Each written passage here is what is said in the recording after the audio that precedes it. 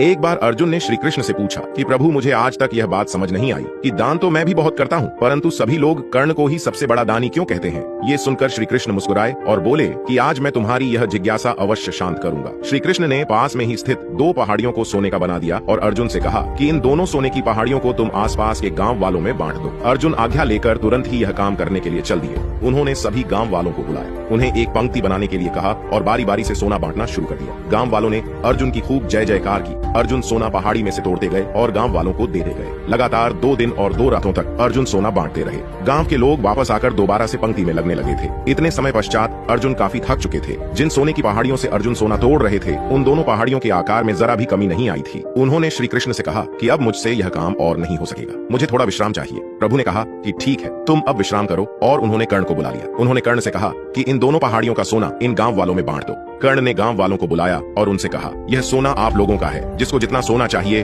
वह यहाँ से ले जाए। ऐसा कहकर कर्ण वहाँ से चले गए। ये देखकर अर्जुन ने कहा कि ऐसा करने का विचार मेरे मन में क्यों नहीं आया। इस पर श्री कृष्ण ने जवाब दिया कि तुम में दाता होने का भाव आ गया था। तुम खुद यह निर्णय कर रहे थे कि किसको कितनी जरूरत है। दूसरी तरफ कर्ण सारा सोना गांव वालों को देकर वहाँ से चले गए। वह नहीं चाहते थे कि उनके सामने कोई उनकी जय जयकार करे। उनकी पीठ पीछे भी लोग क्या कहते हैं उससे भी उनको कोई फर्क नहीं पड़ता। यह उस व्यक्ति की निशानी है जिसे आत्मज्ञान प्राप्त हो चुका है।